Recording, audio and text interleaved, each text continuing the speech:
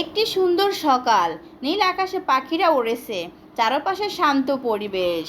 এখানে বসবাস করে একটি ইসলামিক পরিবার, মা বাবা আর দুই ছেলের নাম হাসান হুসাইন এবং কন্যার নাম ফাতেমা।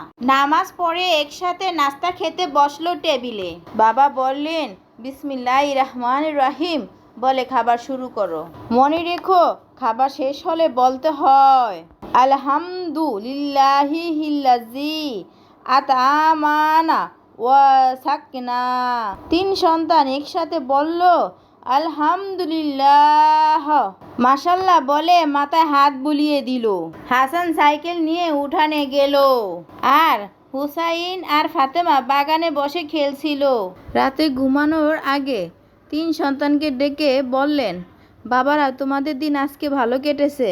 বাবা হাসানকে দোয়া করে দিলেন। সকালে বাবা কাজে চলে গেলেন। কাজের থেকে ফিরে এসে বাবা দেখলেন তার তিন সন্তান তাকে দেখে একসাথে সালাম দিয়ে উঠল, আসসালামু আলাইকুম। ফাতেমা টিভি চ্যানেল খুলে দেখে একটি ইসলামিক অনুষ্ঠান হচ্ছে। ফাতেমার জন্মদিনে হাসান একটি অনেক সুন্দর গিফট উপহার দিল। ফাতেমা বলল, দাদা এটা কিসের গিফট? দাদা বলল, এটা তোমার জন্মদিনের গিফট। বাহ, অনেক সুন্দর হয়েছে দাদা। ফাতেমার জন্মদিনের উপলক্ষে তিন সন্তানকে নিয়ে বেড়াতে গেলেন বাবা। তিন ভাই বোনকে নিয়ে বাবা পুরো শহর ঘুরে ঘুরে দেখালো এবং বাড়ি ফিরে আসলো।